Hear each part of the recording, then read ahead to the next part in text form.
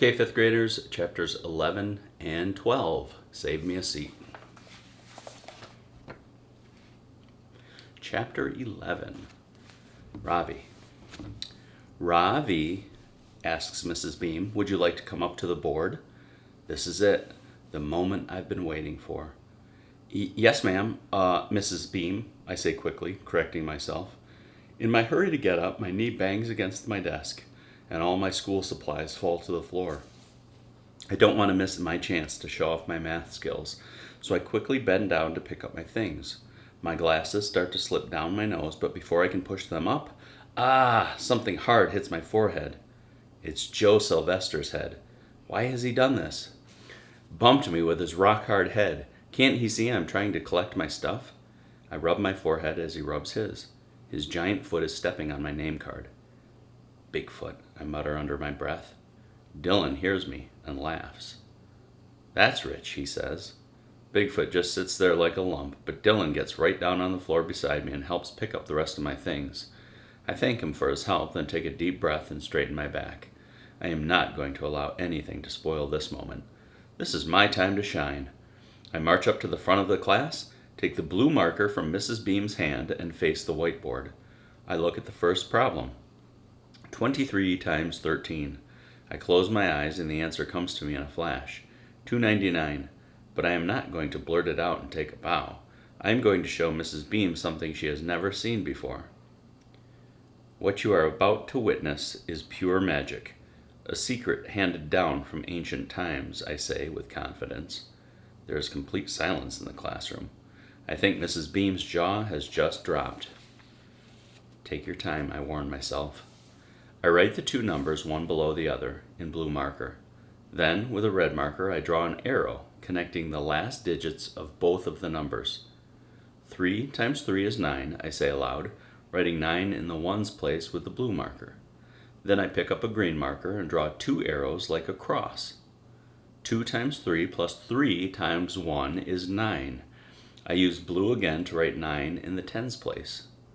I look at the class. No one is moving. My plan is working perfectly. I draw an orange arrow connecting the tens digits of both the numbers, and then pick up the blue marker again to write 2 in the hundreds place. The answer is 299, I proclaim, underlining the answer 3 times in purple, then replacing the cap on the marker with a satisfying click. Everyone is staring shell-shocked at the board, amazed by what I have just done. Dylan Samreen grins and winks at me. I think he is impressed. If this performance has not impressed Mrs. Beam as well, nothing will.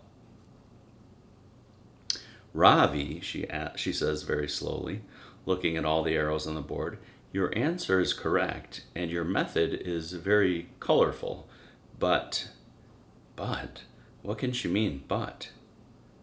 We do things a little differently here, she goes on, giving me that pity look again. Next time, we don't need to see the arrows, just the numbers will do. The purple marker slips from my hand, falling to the floor.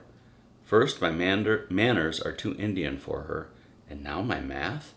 What will the next humiliation be, I wonder, as I walk back to my desk? As if in answer to my question, I suddenly feel my feet go out from under me. I have tripped over something, and when I fall, my glasses go skidding across the floor. What's the matter with you, Pud? Dylan calls out. Why did you trip the new kid like that? What have I done to deserve this? I haven't said a word to Bigfoot, or Joe, or Pudding, or whatever his name is. First he bumps my head, and now he trips me with his giant foot. Oh my goodness, are you hurt, Ravi? Mrs. Beam asks, rushing over to where I'm lying on the floor. I want to, 1, show Joe Sylvester what I think of him and his giant foot. 2, tell Mrs. Beam the only thing that is hurting is my pride. 3, shout at the top of my voice, my name is not Ravi. But here's what I do instead. Bite my tongue, pick myself up, go and get my glasses. Appa's advice has gotten me nowhere. I am right back where I started. The only difference is that now, thanks to Bigfoot, I have a bump on my forehead and a huge shoe print on my name card. Chapter 12. Joe.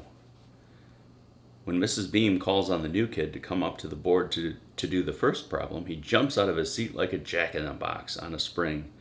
His glasses slide down his nose, and all his stuff on his desk goes flying, including his name card, which lands on the floor beside my desk. R-A-V-I. Mrs. Beam has been calling him Ra-V, but when he introduced himself earlier, I'm pretty sure he said his name was Ravi, with the accent on the second syllable. As I reach down to pick up the card, he reaches out for it at the same time, and we bump heads. Ouch. Dylan gets down on the floor to help Ravi pick up his stuff, but I know what he's really up to. Quick as a flash, he puts one of those mechanical pencils down the front of his pants.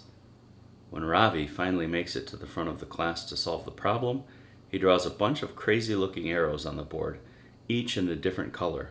I think it looks cool, but Mrs. Beam is not impressed. He seems pretty bummed out after that. I don't see what the difference is, as long as he gets the right answer. Then, as if things weren't bad enough, Dylan sticks his foot out and trips him. That's a Dylan Samreen specialty, kicking a person when they're already down. He tries to pin it on me, but anyone with half a brain would see through that.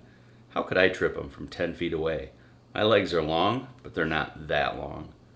While Ravi goes to get his glasses and Mrs. Beam tries to decide whether she needs to call the school nurse, Ravi reaches back and swipes another one of Ravi's mechanical pencils. I feel bad for Ravi. I could definitely give him some pointers, like, for instance, not to leave his stuff lying around, and to watch out for the winking. Dylan always winks when he's up to no good. Maybe at lunch Ravi and I will sit at the same table again. I wouldn't mind. His clothes are flat, and his lunchbox is weird. But other than that, he seems okay. And that's the end of chapter 12, and tomorrow we will hit 13 and 14 of Save Me a Seat.